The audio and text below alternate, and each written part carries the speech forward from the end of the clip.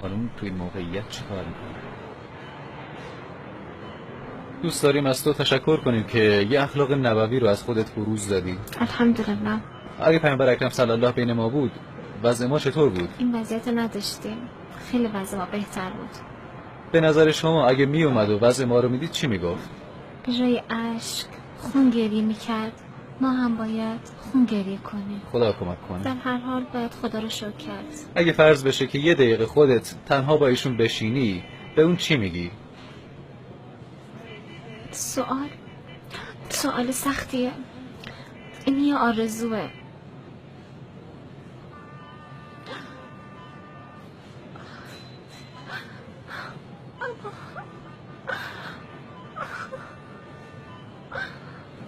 اگه واقعا در کنار پیامبر بودم همین کافی بود.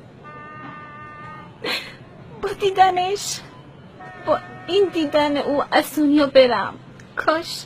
کاش این آرزو برآورده میشه.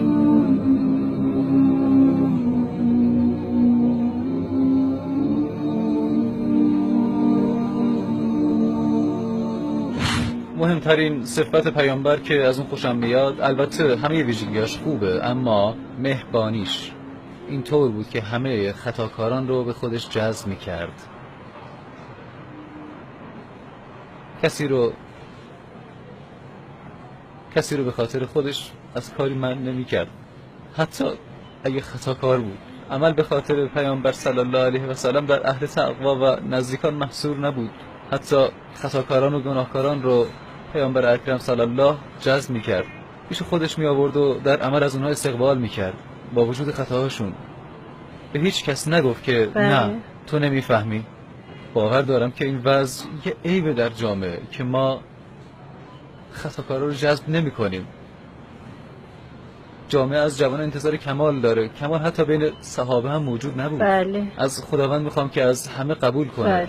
بله. من تو که در مورد رسول الله صلی الله علیه و سلم برنامه میسازیم، دلیل بر این نیست که ما متفاوت هستیم یا شایسته چیزی هستیم. مایه افتخار ماست، پوشش خطاهای ماست.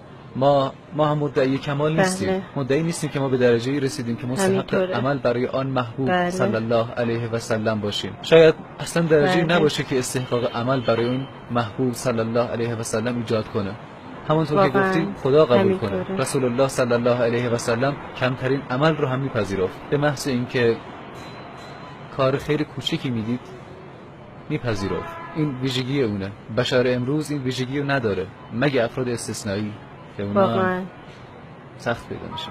اگه پیامبر اکرم صلی الله جلوی تو بود در یک دقیقه بهش چی میگفتی؟ یعنی در یک دقیقه بهش چی میگفتی اگه فرضاً ایشون رو جلوی خودت میدیدی؟ اگه فرض شه که من رسول الله صلی الله علیه و سلم رو ببینم، نمیدونم که به ایشون چی بگم. او در مقامیه که نمیتونم از احساس خودم برات بگم. الحمدلله، فقط پروردگار مرا از عذاب قبر نجات بده. فقط همین چیز، این آرزوی زندگی بود. انشاءالله.